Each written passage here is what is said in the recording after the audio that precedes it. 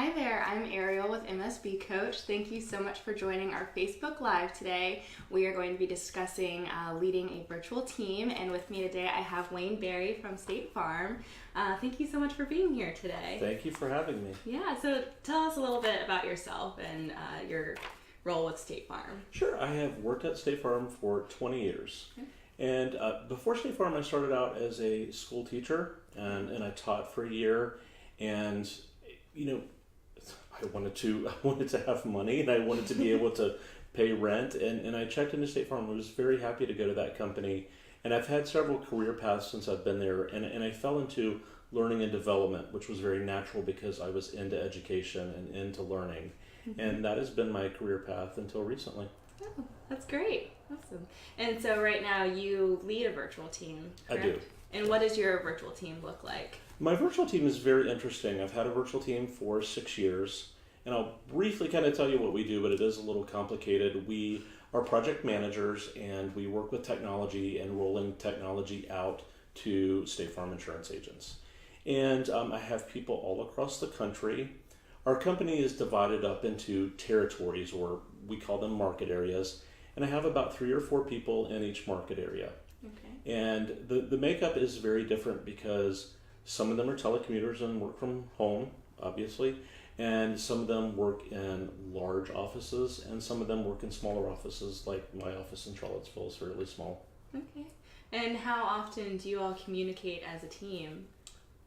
Constantly. Yeah. It's really all day long. And honestly, I think we are at the point where it feels like we're together in the same office. It really doesn't feel like we're spread across the country. Okay, great. So how did you kind of create that space where you feel like you guys are in the same office and not spread across the country?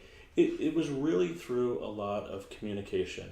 And in the beginning, we had to force some things that felt awkward in the beginning, mm-hmm. and such as using video. You know, that's something that people can be nervous about or have some hesitation about. Mm-hmm. But if you do that, it really does help, and you really can. It just really helps you feel like you're in the same place with someone. Yeah. So video was a big help, just the different use of technology, sharing things on OneNote and having a shared workspace, that was a helpful factor, and really through constant communication. Okay. And so you said in the beginning it was kind of awkward. So were you all, I guess, how did you transition from not being a team to being a virtual team? Like, what was that kind of process like? Or sure. How did that happen? What happened is, in our company was going through some transition. Mm-hmm. And we had a job that had been a role that existed before. It existed for about 10 years before we came together as a team.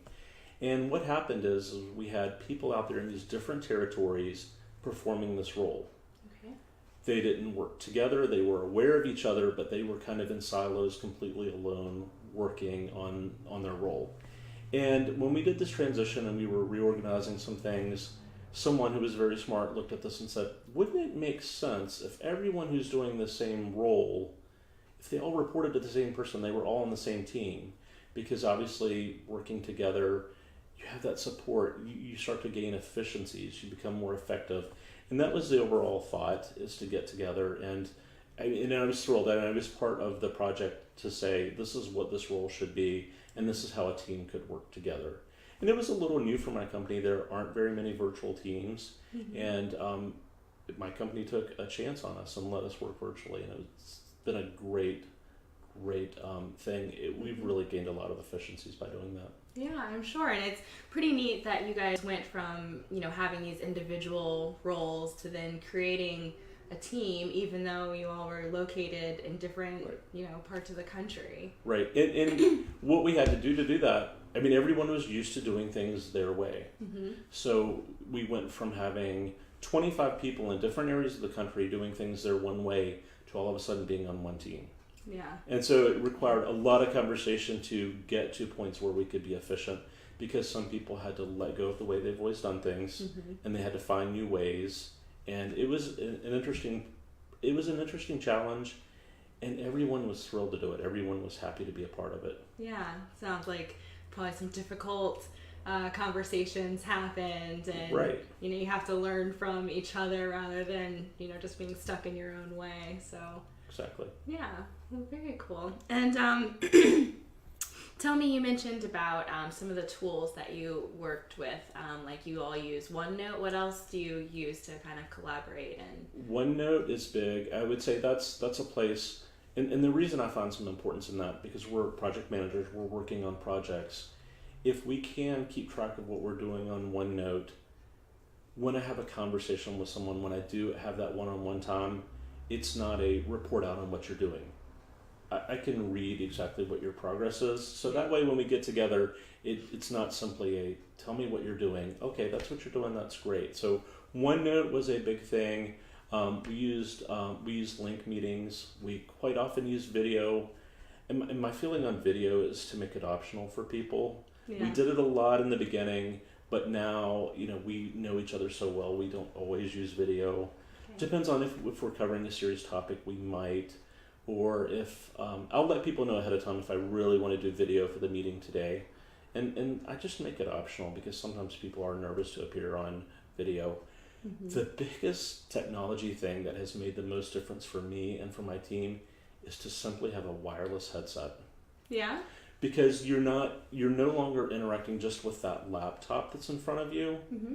and you're able to get up and move around, and I think that just makes the biggest difference. I've loved that. Yeah. So I'm walking around my house. I know exactly, I can't make it to my mailbox, but I can make it close to my mailbox. I can make it to my back deck. So I know exactly what I can do. And it helps you focus, because what Mm-hmm. becomes really hard is focusing on your laptop and the people you're talking to.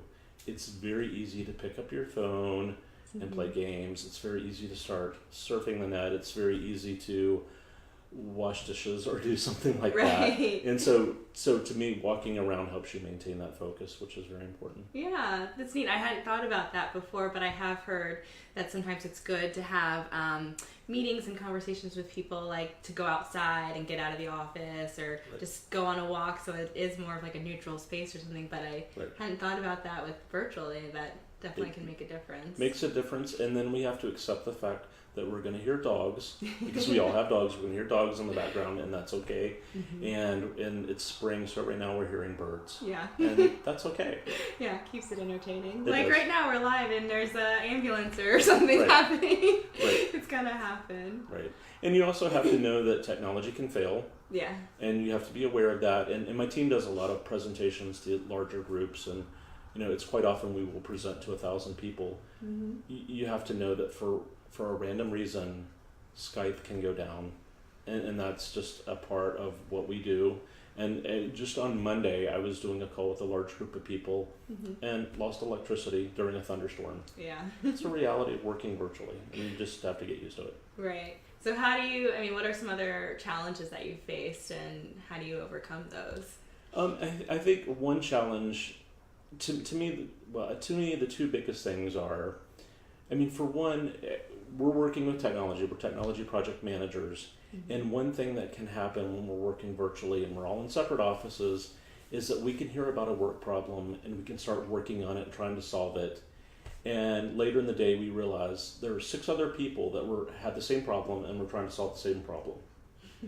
That wouldn't happen if we were sitting next to each other, because if you're sitting next to each other, you can stand up and go, look at this weird problem I have and I'm trying to solve. And you can quickly learn that that's going on everywhere, and you learn that your coworkers are trying to solve that. That's one issue.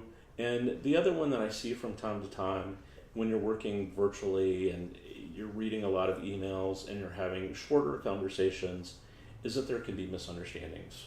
You can perhaps think someone is angry over a situation, and that's kind of happens. It's sometimes hard to read the subtext of what's in an email. So it's even a better idea to call that person and have a conversation, because sometimes that can happen in email. And email can become the trap of working virtually. People can IM or use email too much. Right. Yeah. So how do you, last month we were talking about effective communication on our Facebook Live, and we're talking about like all the different channels of communication and, using the proper channel for the proper context. Well, with working with virtual team, it's always has to be something with technology. So how do you kind of make that decision of, we've been emailing back and forth too much, like now it's time for a phone call, or what how do you find that balance? And it's tough. And the other challenge to that too is everyone is in meetings. Mm-hmm. So if sometimes you would prefer to pick up the phone and call someone, but they're in a meeting. Mm-hmm. In general, my rule of thumb is if you've had to go back and forth twice in an email, that's a conversation you need to have. You need to take that out of the email and actually have a conversation with someone. Yeah. Just general rule of thumb, when it's gone back and forth twice, you need to talk. Yeah, that's a really good rule of thumb, because that's why you're not going back and forth and still having the same problem. It's right. the definition of insanity too. Right, it is. And then you're really trying to figure out exactly what is the problem and what are we trying to solve, and just making sure you're on the same page. Right, exactly. So tell me about some of the advantages you've seen to working with a virtual team. I think one advantage, and this may seem very, very silly because this is a minor thing, but it's important to me, is that when you're working with a virtual team, you're in separate offices, you're not together, mm-hmm. and you don't have rumors, you have less office politics, mm-hmm. you have less gossip, and some of those negative interactions that happen when you're working in an office together, right. Those are gone.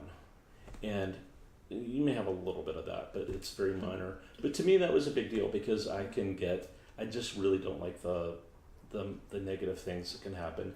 Mm-hmm. And when you work in a space together, you can get on each other's nerves.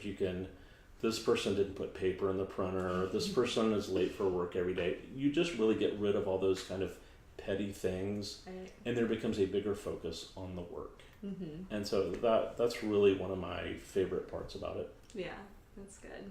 And so, when you're working in the same office together, it's easier to have relationships with your office mates. So how do you feel, you said earlier that you guys were pretty close, so how did you all build those relationships? And do you kind of communicate outside of work, or what is that like? It takes longer. What I would say is when you are in an office together, you're right, that is all easier, mm-hmm. because you can go to lunch, you can go to breakfast, and you can bond over things like that. Virtually, it takes a little bit more effort, and mm-hmm. it just takes time, and you have to force yourself to do some awkward things. Mm-hmm. So I'll tell you some of the awkward things that we did in the beginning. Yeah. For team meetings, I started off when our team first got together and we worked virtually, and one of our first team meetings, we really filled out a questionnaire and went through, this is my family, these are my dogs, these are my children, and talked about your life. Mm-hmm. What are your favorite books? What are your favorite activities? What are your hobbies? What is your career path? And what is important to you? What are your pet peeves? I can't stress how important that is to have in the conversation. Yeah, that should be an important first step in any. It is, if I can learn, if you forward 10 emails to me, that will be a pet peeve. It's nice to get those out. We did that, and I think that helped a lot, and that's so awkward to do virtually. Because, I really did question, what is your favorite color? What is your favorite food? But that's how you get to know each other, is through our likes and common interests. Right. That was one thing I did. The other thing that I did, and I thought it was very important too, we had people throughout the country, and at the time when this team first got together, I had people from Canada. Okay. So it was very important to me to really talk about where we live, and what is the dynamic of your office, what is the culture of your office, and really what is the culture of where you live. Right. And essentially we're all the same, but there are some differences, and that was really fun to do, and especially when we started talking about Canada. Yeah. Canada is a different culture, mm-hmm. and California has a different culture, and Florida has a different culture, and so does New York.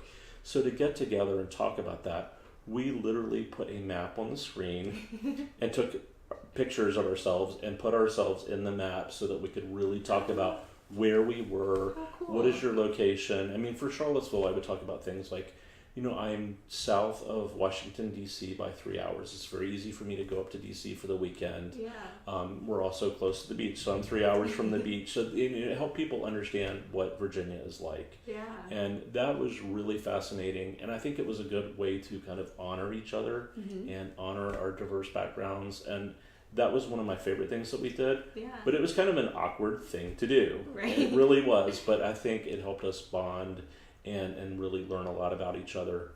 And we have continued. We've been a team for 6 years. Okay. And we still, we have a team meeting every other week. We spend the first 10 to 15 minutes on a topic like that. Okay. And what we do, like our most recent one that we've been doing is Picture This.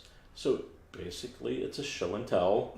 And we pick a different person each week and show us some pictures. So it could be pictures from vacation, it can be pictures of your pets. And so we're doing kind of a show and tell now. Yeah. In the past, we've done vacation pictures, and we've also done show us pictures of your office, your desk, your location, and what your surroundings are like. Right. So we had some people take pictures, and we had some people get on video and share what their environment's like. Yeah. And those things seem silly and they seem a little bit awkward, but it makes the biggest difference in the world. Yeah, it's a really interesting way to get to know the person better and just to have that social interaction, because you don't get that on a daily basis like someone who's working in an office together. Right. So, and sometimes we have guest speakers that will come to our team meetings, and I got feedback from a few people that said, "Well, that kind of personal part that you did, that's cheesy and kind of odd," and I'm like, okay. But I don't sit near these folks, and I really am interested in these things. And then I've had people come back later and go, "You know what? I thought that was cheesy, but that's great. We're doing that too." Yeah. So. Yeah, I mean, because you all do it on kind of a different scale. Because if you were in the office together every day, you would do it a little bit. But I almost think that having that show and tell and really paying attention to what people are doing is almost building a deeper relationship than some people have with people that they work in an office with. You have to be more intentional about it. I mean, if your office was next to mine, I could come to your desk, I could look at your pictures, I would ask you about your family. Those things would happen naturally. Right. And whereas, virtually, that is my phone going off. I apologize for that. That's alright. It happens. I'm a Star Wars fan, as you can see. I'm looking to Star Wars going off. So, I'm sure that's happened in a virtual meeting you've that had. happens in virtual meetings all the time, actually. So, yeah, and doing those awkward things is really worthwhile. Yeah, great. And so have you and your team ever done any in-person meetings or retreats or anything? We do. As a matter of fact, we did one just this past April, and so that was very nice. My goal would be that we get together every year, at least once. For how it's worked out and with the budget that we've had, for us it's been about every other year is what we've actually accomplished. Yeah. And we've been able to meet at our corporate office. A lot of our business partners are there, and there have been times where we've met in other places that are just a little bit more fun. And we've created some traditions. We always do dinner together, and we always do a game night. Yeah. So we've tried to create traditions. That's the other thing that's a little bit harder for a virtual team, is to create some traditions amongst yourselves. And what do you think the importance and benefit is of getting those live retreats and creating those traditions? That's an interesting thing that I've never thought about. I think the advantage overall is that when you're doing day-to-day work, which can be very difficult, very stressful, you're collaborating with your teammates and trying to come to decisions, conclusions. It's so much easier to do if you know that person on a personal level. You really start to understand where they're coming from, what they're thinking about, and it doesn't feel as oppositional. And you can have a tendency when you're working virtually to stop seeing other people as people. And I think that time together really helps you click with that person, get on the same wavelength, and not feel oppositional. Yeah, definitely. So tell me a little bit more about how you celebrate and recognize achievements that you all do as a team or individually? Like, do you recognize people, or what's that like? We do, and we make that a part of every single call is recognition. Okay. And I think that's very important. And usually I kick it off, and I kick it off very specifically with something that someone's done, and I give the details of why I really appreciated that. And I start off, and then I let the team go, and I say, who would you like to show appreciation or recognition for? So most of the time we do verbal appreciations such as that, and I think that works very well for us. Yeah. Now, there are other times, of course, when I do one-on-ones, and I can kind of talk about kind of my strategy for communication, but that also becomes a part of every meeting that I have, whether that's a one-on-one with someone or just a virtual touch point. The recognition is a part of that. Yeah. And my kind of rule of thumb for that is, when I feel it, when I see work that I really think is good and I really feel that appreciation, that's when I need to show it. Yeah. So I've seen some managers fall into the trap of, okay, I'm going to a meeting, I need to show recognition. Let me think of something. It doesn't work if you do that. You really have to feel it for it to be genuine. Right, exactly. And having genuine feedback, whether it's positive or negative, is really important, because if it's always scheduled or like during a yearly review, it just seems like you're kind of like pulling stuff out and whatnot. So that's really important to do it as you see it. And then also, I like that you make a point to do it. It sounds like a lot of your communication with your team is very intentional. Yes. As it should be if you were working in person, but I think as you work with people like day to day, some of that intentional communication can kind of fall behind it. You don't think about it as much, but when you only have certain times that you're able to speak with someone, like, it's important to be intentional, which makes it more valuable. Right. I have a specific strategy that I follow with communications, and perhaps it's formal because I do schedule it and I want to make sure it's there. That doesn't mean that we always have to stick to it. So the first thing that I always do, and I make sure is a part of it, is I do observations. So I make it a big point to spend at least 2 hours a month, and this is just my target. It may not work for everyone, but I want to spend at least 2 hours a month watching my employees do their job. Yeah. So they often lead meetings. So sometimes it's watching them lead a meeting. Sometimes it's watching them participate in a meeting. Sometimes it's reading the work that they put together if they put together a proposal. So I'm very big on spending time watching them and observing them work. And of course, afterwards there's a conversation, whether I do that in a one-on-one or very specifically follow up with the observation, to debrief that. Yeah. And when I debrief, it's really not about me giving a critique of that work. And I stay far away from that. It's more about, tell me, what do you think went really well while you were leading that meeting? What, what was very effective? What do you think your business partner was thinking? And sometimes it gets to, if you had to do it over again, what would you do differently? Yeah. What would you improve on? Because if there is a critique in my mind, I never have to say it, because usually when I'm talking to that person, they will bring that up. Right. And I usually never have to. Right. So I think that is a very important thing to do, and that keeps me connected to the work they're doing. Definitely. And that, I'm evaluating their work. I should see their work. So that that's might be just helpful. this is a very basic thing. You should do that. So the observations are a big point for me, and then I do one-on-ones, and I do, for me, what works is to do an hour every other week. Okay. And the other thing that I do with that I think is important is I schedule an hour, but I ask my employee to take the first 15 minutes of that off the phone and prepare for the meeting. And we do a shared OneNote together, and I ask them to list major points that they want to discuss with me, or things that they want to coach through and they want to talk through, so that they have time to think through those things that they really want to discuss with me, and use that as a coaching time. Yeah. So that's very impactful. The other thing that I do that is a recent development that I started this fall is to have office hours. So every morning from 9:30 to 10, I have a virtual room blocked off, and I am in the virtual room, and my employees can join if they want to. Okay.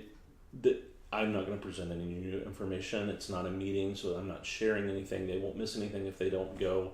But if they're working on a project and they would like some coaching around a situation, that is the one time they can count on every day, is that from 9:30 to 10, they could call into my virtual meeting and receive some coaching.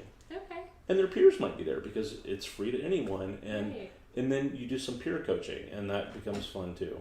Yeah. So And those are like calls, like I local. set those up as link calls. Okay. Yeah.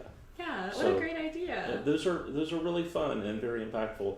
And you know what? If we don't have an issue to talk through, I might talk through what I watched on TV last night, or it might be I did a detailed analysis of Avengers: Infinity War. So it's also just a time to connect, because you don't have that time in the office where you can stop by someone's desk and just chat. Right. Yeah.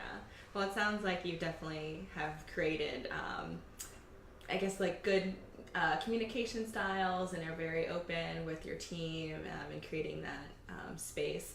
Is there anything with leading your virtual team that you've like stumbled upon and like wish you had known sooner? I would say the thing that I have done recently, I wish I had done all the way through, is to simply talk and have conversations about being a virtual team. Okay. So to have conversations with the group and individually, what works well with our team, and you really want to talk. I apologize. I really want to talk about what's working well, because that's the thing I don't want to change. Yeah. So to me, that's very important to have that discussion, and also I want to spend time with what could we improve, what ideas do you have, and make sure we're setting up that time to discuss that and be open and honest with each other about what is going on, how do we appreciate it, how do we like it, what could go better. Yeah. And it also sounds like you have a very coaching style culture when it comes to your team.